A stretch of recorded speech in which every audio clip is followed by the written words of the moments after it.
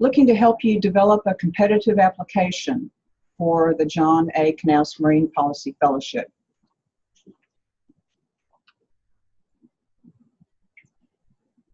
And this Zoom meeting, as I mentioned, will be recorded and we will upload it to our website. Hopefully you had a chance to look at the prior webinar. If not, that's a good resource. I've updated it for this presentation for this year's webinar, and we'll be uploading that as well as the PowerPoint. Save your questions to the end. We'll have plenty of time for Q&A, and you can just jot down your notes on the chat tab.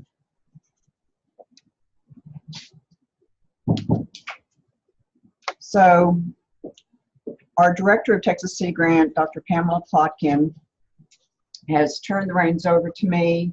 I'm the Research Coordinator, Assistant Director for Research and Fiscal Administration here at Texas Sea Grant. I help everyone with the Knauss applications. We want you to be successful and want you to be chosen. So please enjoy the webinar. The most important advice is for you to read the funding opportunity announcement.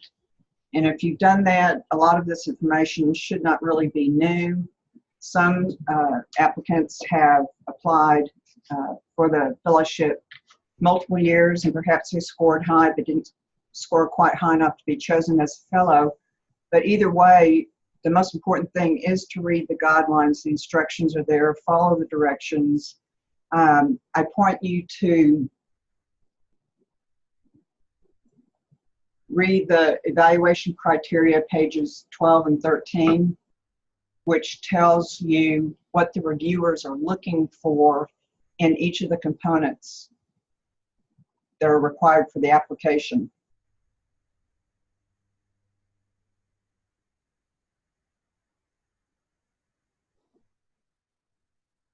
Ask questions prior to the submission. If there's something you do not understand, we are here to assist.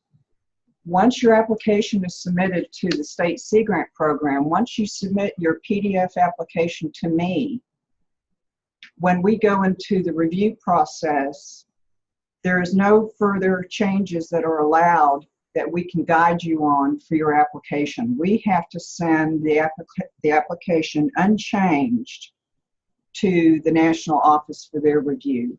So between now and the third week of February, when the application is due, I believe on the 22nd of February, please email me with any questions you might have, and we can quickly get you some answers. The application components, the required elements, are taken specifically from the guidelines. And just to show you on the guidelines, the content and form of the application, page 7, I've taken that information and summarized it on our webpage, on the Texas Sea Grant webpage, as well as I've summarized it here.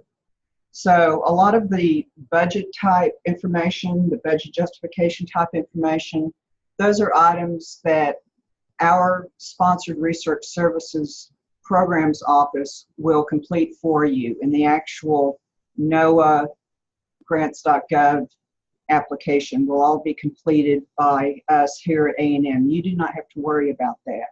All you are required to submit to me is the 5 required elements listed here. There's a 6th element if you happen to be living at a state that does not have a state sea grant program, for example, New Mexico. You have the ability to seek permission from the National Sea Grant Office to submit through a state sea grant program of your choice, whether it's California or hopefully Texas. So that would be the 6th component that you don't need to really worry about if you're here at Texas. So the first item are 2 signed letters of recommendation, including one from your major professor. Look for a faculty person who is really familiar with your work, not just that you sit in class.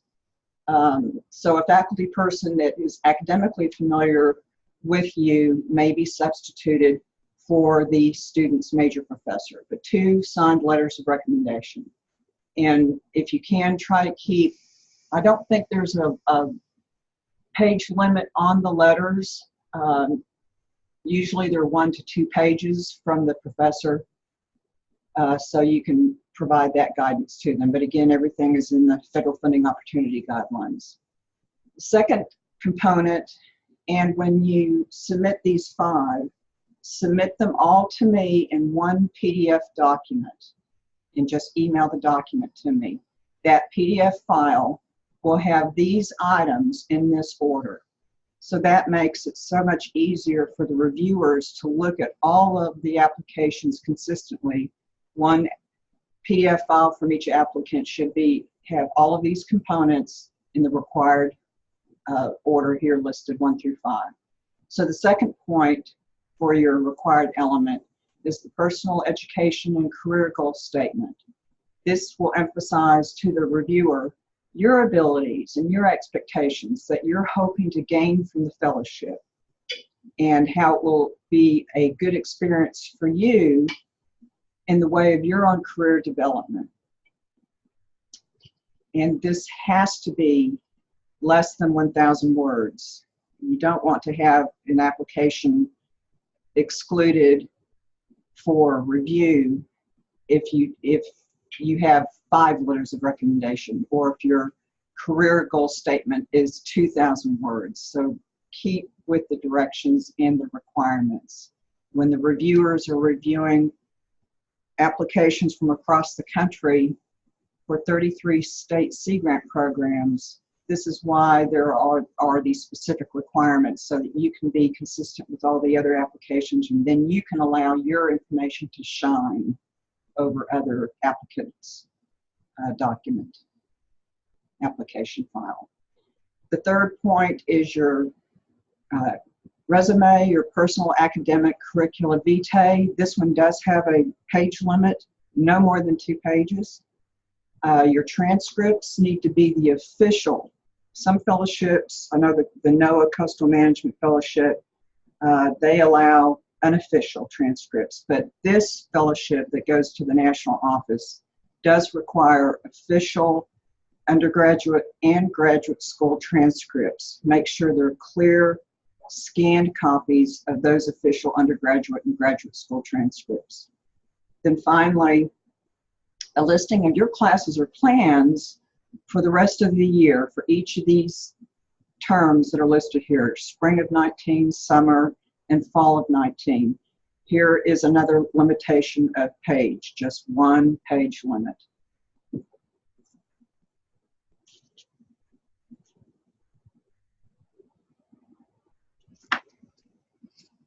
So the review process is a 2-stage review process. Once you send your application to me at the State Sea Grant Program here in College Station, there will be a State Sea Grant Program selection panel which reviews all of the applications. I will first look at the applications for consistency and conformity to the requirements outlined in the guidelines. And if there is anything that doesn't comply, for example, the 5 letters or 5-page resume, those items might disqualify you from further review. So I do that first initial kind of a QC check to make sure everything is in order. And then the State Sea Grant Program review panel reviews all of the applications, and we are allowed to forward up to 6 of the most competitive applications to the National Sea Grant Office, where it then passes over to the second stage of the review process. The National Sea Grant Program Office selection panel reviews all of the applications from all 33 Sea Grant programs across the country. So you've got nearly 200 applications that you'll be competing with, and that's why we want to show you how to put together a competitive application so you can be one of our Knauss Fellows. So the National Sea Grant panel has the final review and selects the top applicants They choose not to select any less than 35. So there will be at least 35 applicants with approximately 14 assigned to the legislative branch. So the next thing that we'll be going over is the criteria that is used by the selection panels, both at the state and the national level. And I've added in at the top, again, the page 12 and 13 of that federal funding opportunity guidelines, which I'll pop over here, page 12. I'm on 9. Page 12, evaluation criteria.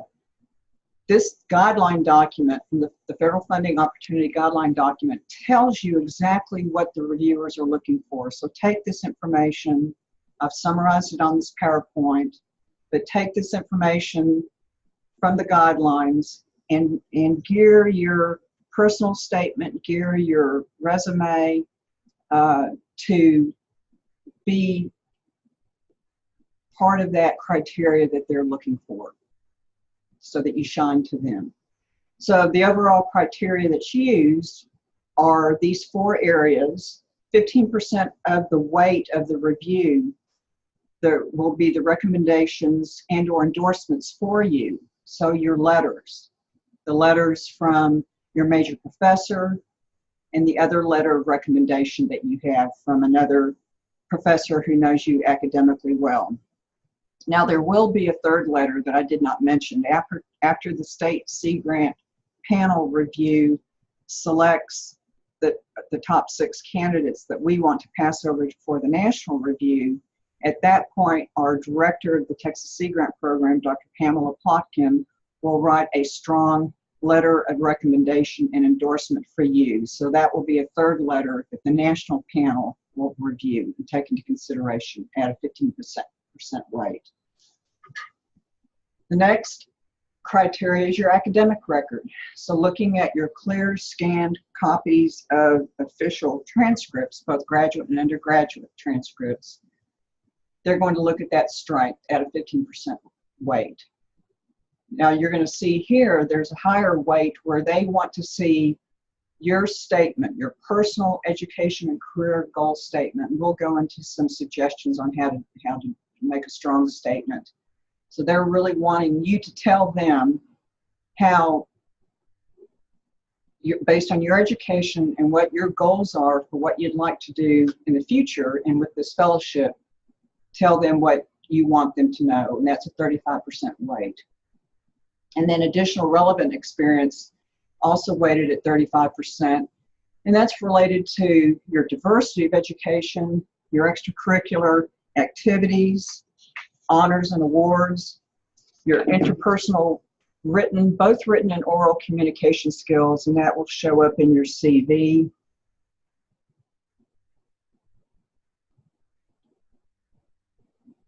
Transcripts, they'll see the diversity of your education in your transcripts, and also from what you've summarized in your resume or really curricula vitae, your personal and education career goal statement, and your letters. All of that is going to, if you bring all that out in this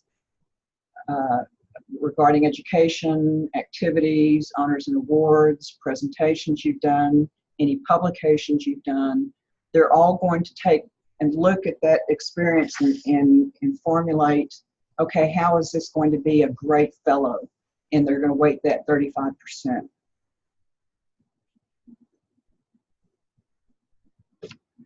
So who's on the state selection panel? There'll be 3 panelists. That's a requirement from the Federal Funding Opportunity Guidelines. The Texas Sea Grant Director, and then we'll have at least 1 former Knauss Fellow, maybe 2. And if we have 1 former Knauss Fellow, then we will also have a panelist who is a former Texas Sea Grant funded researcher.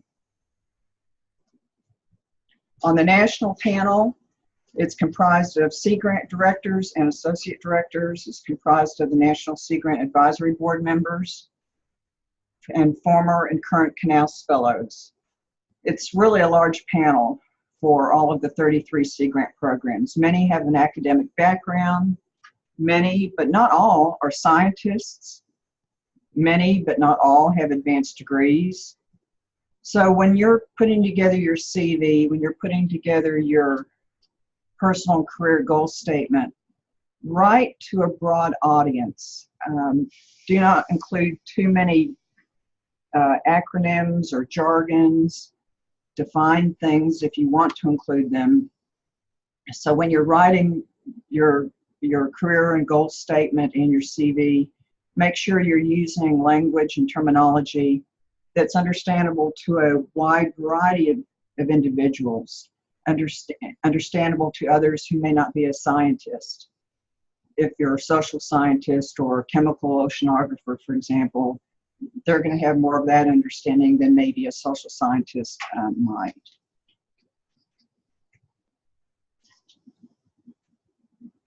So now I'm going to go back to the four different criteria, major areas. I'm going to expand on each of these for you.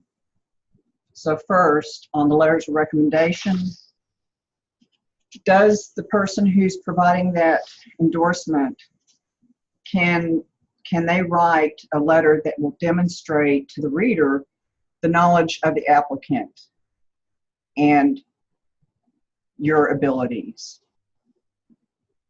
Do the letters provide evidence of the leadership of the individual, their potential for leadership, confidence, maturity, self-direction, creative thinking, analytical skills, the ability to be able to expand your experience with openness and capacity to do that, communicate well with the ability to convey scientific knowledge in a broad, non-scientific context, again, not so much jargon.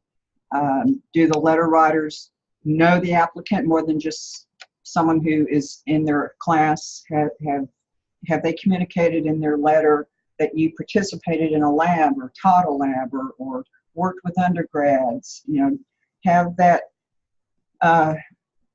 letter writer convey that information so that the reviewers can see that.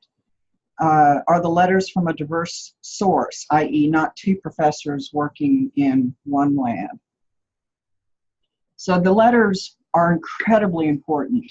You want to find a faculty mentor, professor who knows you, and if they're willing to write a strong letter for you, pick the right people, provide them adequate time, tell them what the panel is looking for, and they can look at this screen. Again, I'll upload this PowerPoint for you. And they'll see it in the guidelines under criteria, pages 12 and 13.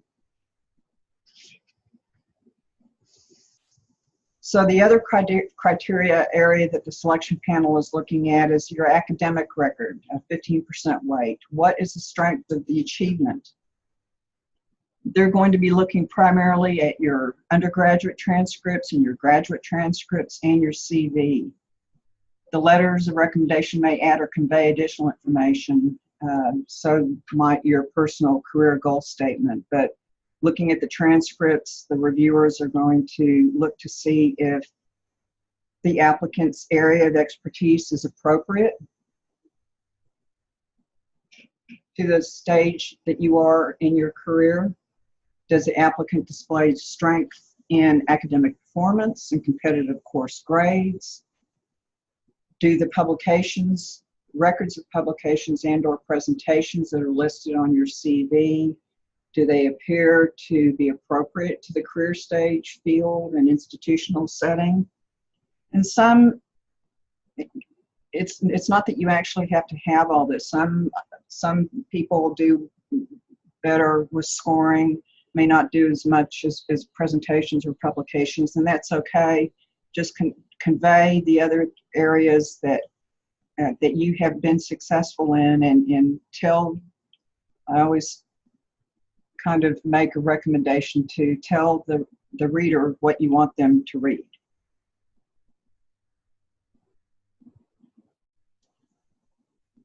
For the personal education and career goal statement, that is weighted at 35%. They want you to show, is there a career or life goal stated? What is your career or life goal? What got you interested in the fellowship? Is the statement specific, direct, and concise? Does the statement discuss what the applicant will bring to and gain from the Knauss Fellowship? The career goal statement, this is a very important page of information, and it's only 1,000 words, and really less than 1,000 words. So take your different interests, your aspirations, provide some idea of where you're wanting to go with your career, and tell them what brought you, what the fellowship, this specific fellowship, why it brought an interest to you, and how you feel that based on your background and what you're wanting to do with your career, how you feel you'll be able to provide and give to the fellowship, and then also what you're hoping to gain from the fellowship. So it's a give and take that the reviewers are going to want to see, well, gosh, how can this applicant be a great fellow and contribute to the Knauss Marine Policy Fellowship Program overall, and what is that applicant hoping to get out of the fellowship? How do you feel the fellowship will help you in your career? So I kind of went through a lot of that, but I wanted to put it down on paper for you also. You want your career goal statement, personal education, and career goal statement to be interesting, captivating. Again, tell the reader what you want to know about you. Have it be clear, concise statement of your career or life goal. Address your past experiences and how it could relate to the fellowship, how it could enhance your career, and what you would bring to the fellowship, as I mentioned earlier. Provide evidence of your critical thinking, your analytical skills, and or your capacity and willingness to make connections between science and the broader economic, social, and political issues. This gets into the policy area. Demonstrate your ability to communicate and convey the scientific knowledge into broader non-scientific contexts. Again, having the reader be able to read it without having to be an engineer or an oceanographer. If it's a social scientist who is reviewing it, again, you don't want to have so much jargon in your communication. So this career goal statement, you also look at the last bullet point. You don't want to tell us what you've already told us in your CV, but provide, again, and then jump to the first bullet point, provide a clear, concise statement of what you want to do, what you're hoping to achieve.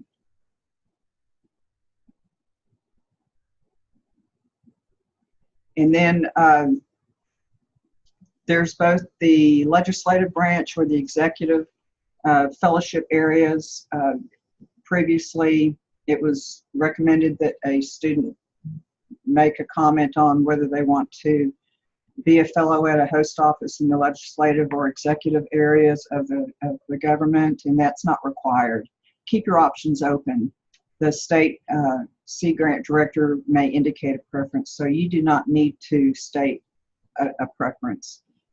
And also on our Texas Sea Grant website, which I'm going to hop over to, let me see if I can do this. I guess not, but our Knauss webpage on our Texas Sea Grant website, there are links to additional websites and documents that go over to the NOAA National Sea Grant Office for suggestions on writing Knauss applications and looking at what the difference is between a legislative or an executive type fellowship. Some of those links right now are broken because, of course, the government shut down. But I do have, I think towards the end of the web page, I have a couple of links that you can read our prior fellows over the last, we've had the last couple of decades worth of fellows. We have a blog where you can read their experiences at the Knauss Fellowship, which is really fun to read and gives you a good idea and background. There's also one of our Sea Grant programs, it's either Minnesota or Maryland, where I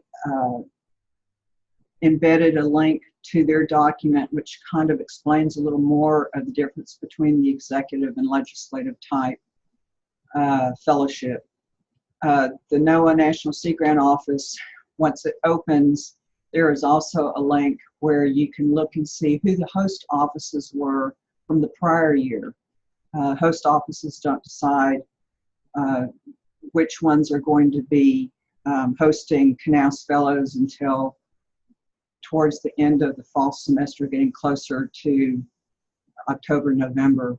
But there will be links where you can see who the host offices were previously, and that includes national host offices, whether it's EPA, NOAA, NASA. I mean, there's a whole area, so you can look at that too. But concentrate more on your application, your CV, and your career goal statement. I didn't mean to go off on too much of a tangent there, but just to provide you that background. The bottom line is that the career goal statement, you wanted to provide an idea of why you want to be a Knauss Fellow and what you're hoping to gain from the fellowship, as well as what you can bring to the fellowship program and how this particular fellowship as compared to other fellowships will fit into your career development. To help you in writing your career goal statement, I also have on our Texas Sea Grant website page for the Knauss application, towards the top of that web page, I have a PDF file of examples of prior fellows who have given us permission to use their career goal statement so that you can read how a good goal statement is put together. So be welcome to look at that. And we highly encourage you to review and write an exciting and interesting statement. So the last criteria, which then is on page 13 of the guidelines, covers relevant experience, and that's weighted 35%. So does the applicant have volunteer and extracurricular activities that are relevant to your academic field, applied research, administrative outreach, or policy positions? Comment on that in your career statement briefly. Show that in your CV. Does the applicant have a well-rounded background, including a diversity of classes that are balanced and appropriate coursework and appropriate to the career stage? Do the experiences show prior leadership roles relevant to the career stage? Faculty committees, different advisory committees, professional societies, student government, honors and awards, are they relevant to the career? Does the applicant show an interest in working with diverse stakeholders and demonstrate a commitment to apply scientific expertise to serve society as a whole? How much marine and aquatic science does the applicant have? And or policy experience, although that's not required, but they'll look for that as well. But again, if you don't have those specific background requirements, that does not mean you wouldn't be selected to be a great fellow. So again, tell them what you need them to know. And then also, is the publication record relevant to the applicant's career stage? Highlight that in your CV, whether you're a master's student or a PhD, first-year student, the kinds of presentations or publications you may have had at that stage in your career. They're going to look at that for reasonableness. And again, that CV can only be 2 pages long.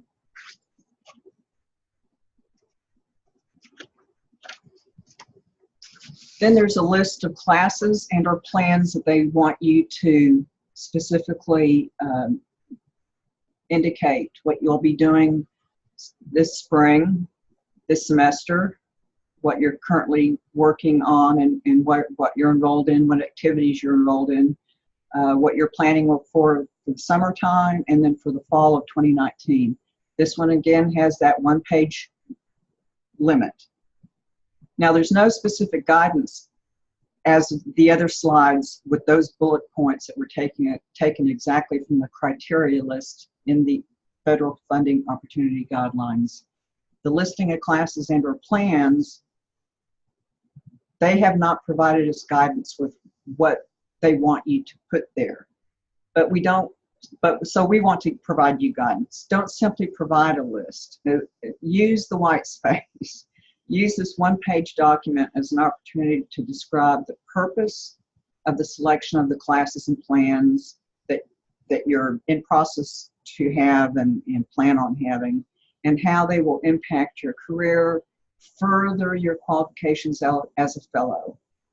Sell yourself. What can you bring to the fellowship, as well as what you hope to gain from the fellowship. They want to see that give or take.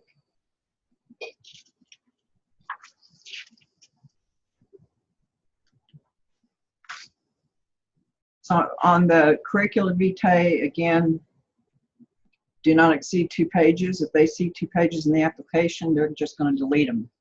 So, again, keep that in mind. Choose your words in presentation carefully. List your diversity of activities, your classes, your extracurricular awards, your volunteer activities. List your publications that are in review and press or published, and any oral or poster presentations. Now, a paper for classes are not considered, so remember that. And typically, a CV, ask your advisor or your main professor if he can provide you an example of a CV, and then you can model it format-wise after that. And the application, the 5 elements that you're going to be providing, whether it's your career goal statement or your CV, there are not any specific requirements on how they want you to convey that information on the document. In other words, there aren't any font requirements or size of font, but pretty standard, and we really want you to just think in terms of whatever font you use for your CV, have it be the same as your career goal statement, just for consistency, to make it easier for the reviewer to review. Typically a 12-point maximum font. I think most programs now default to Calibri or Arial. It doesn't matter which one, but just be consistent and don't use a font more than 12 point. And then use 1-inch margins and be consistent. You do not have to have page numbers or headers, so don't waste your time formatting that. Just put in good content.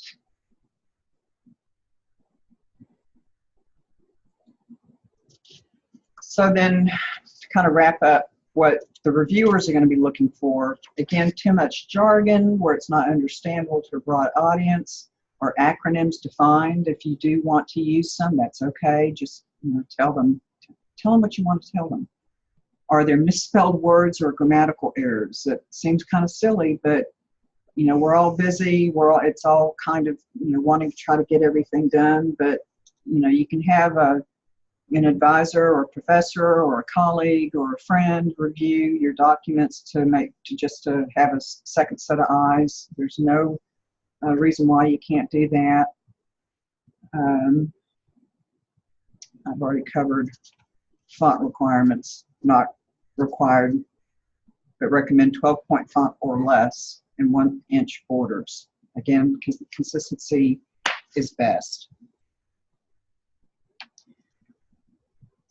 So to end my presentation, the most important advice I can give you is read the funding opportunity announcement, follow directions, reread that evaluation criteria on pages 12 and 13.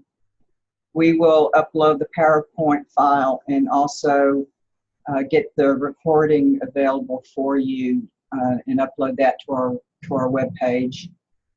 And please review the presentation and the PowerPoint again. Ask questions and get in touch with me. Email is the best thing. On your letters of recommendation, I recommend that all of the documents, I'm going to go back to the first slide, the elements that are required. We would like to have one PDF file of all of these 5 elements in this order. So if your professor is able to and is willing to provide you with that letter,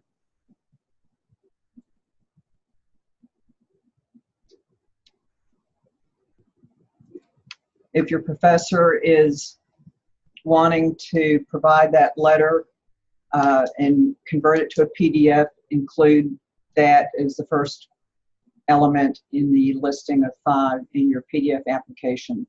If the letter writers are wanting a more private letter written to me, that's fine too. There's a link on our Knauss webpage where they can click on the link that I've made, and an email will pop up which will allow that letter writer to send me an email with the heading of that letter. Let's see, I think that's all. So if we have any questions,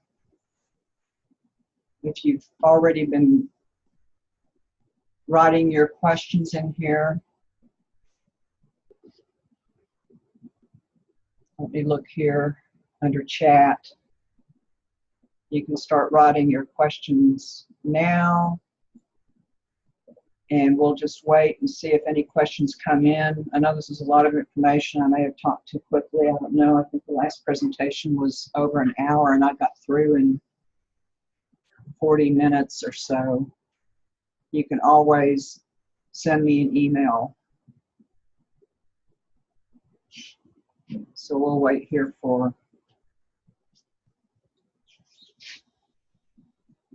you to type your question if you have a question.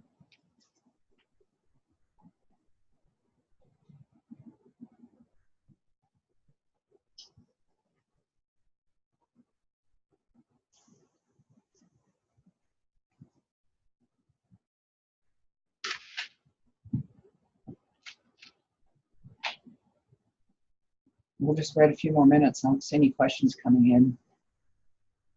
I really wish you all the best on putting your application together, and it's an exciting fellowship. We have 2 Knauss Fellows that are in Washington, D.C. The fellowship is a 1-year fellowship.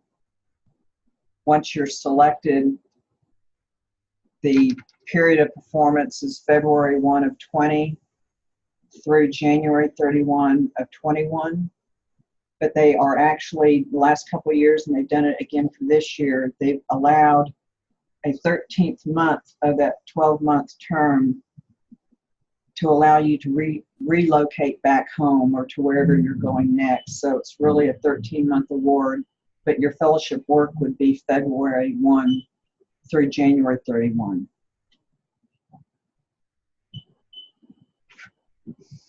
I do see a question now. For the classes in 2019, if we are planning on graduating summer of 2019, what should we put in our plan for fall? Just the temporary jobs we plan on completing? Yes, and hopefully those jobs or volunteer work or anything else that you might be doing that can kind of highlight and let them know you're still helping your own self with your career and your goals and making yourself, gosh, okay, so you graduated, but now you're going to be that much more academically strong because you've made that achievement. And then the next phase of your plans, whatever you're wanting to do, let them know how that's going to help qualify you even more. So that can be an exciting piece of information that you can provide.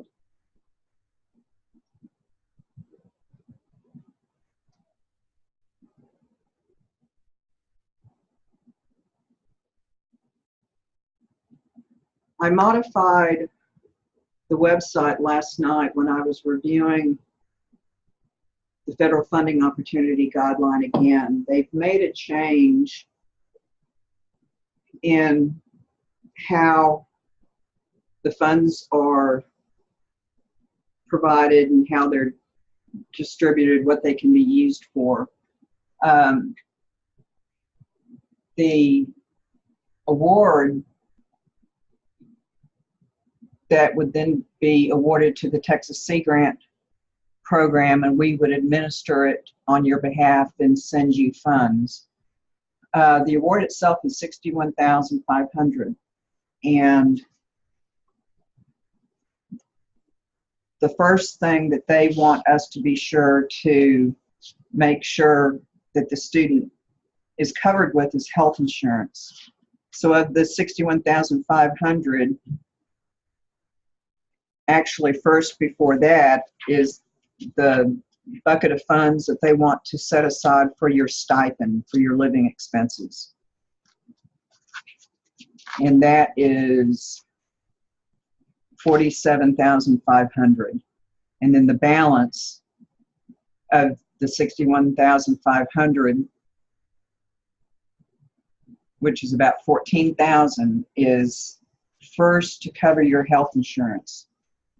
And even before that, a couple thousand or so to $2,500 is allowed for what they call placement week. So if your application passes the first stage state review, goes on to the national panel review, and once that's finished and selections are made, the state Sea Grant programs are notified of the selected fellows. You don't become a fellow, but you become a finalist, and we will know of that first.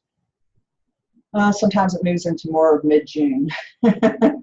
And so once we know who the finalists are, the National Sea Grant Office will also send reviews of your application, and we will blind those reviews and send those back out to you so that you'll have those for your records and for a good learning experience for next time. You can always apply again. Then what occurs is towards the end of the summer into the fall is what they call placement week, where they will allow pre-award funding so that we can provide you with travel funds to travel to Washington, D.C. for a week to interview with all the host offices and see where there'll be a good match of the host offices who are hosting fellows for the legislative and executive. Of course, legislative is with Congress, in which host offices are hosting legislative fellows, and then other offices, national offices, that are hosting the executive fellows. Last year was the first time they split that placement week into two separate placement weeks. I think the executive placement week was in October, and the legislative branch placement week was held in early December. And once the fellows are matched with the host office, and that's confirmed, either October, November, or December, then we will know if you are successfully a Knauss fellow, and then we will bring you to have a little onboarding review with us, and we'll get you started and get the funds available for you to start thinking in terms of relocating to Washington, D.C., starting your new life as a fellow. Another thing that was new last year was in July, after the announcement of the fellow finalists are made in June, then over the summer, primarily I think they did it in July and early August, the National Sea Grant Office Knauss Fellows Program hosted webinars with the finalists to discuss and provide information on the differences between an executive fellow and a legislative branch fellow. And they go over the different host offices that I've mentioned. Well, eventually you'll see a link back on the website who the host offices were last year. And we had a participant join late in the webinar. That's okay. I will be uploading our PowerPoint presentation and a recording of this webinar. So we're glad you joined. It doesn't matter how late.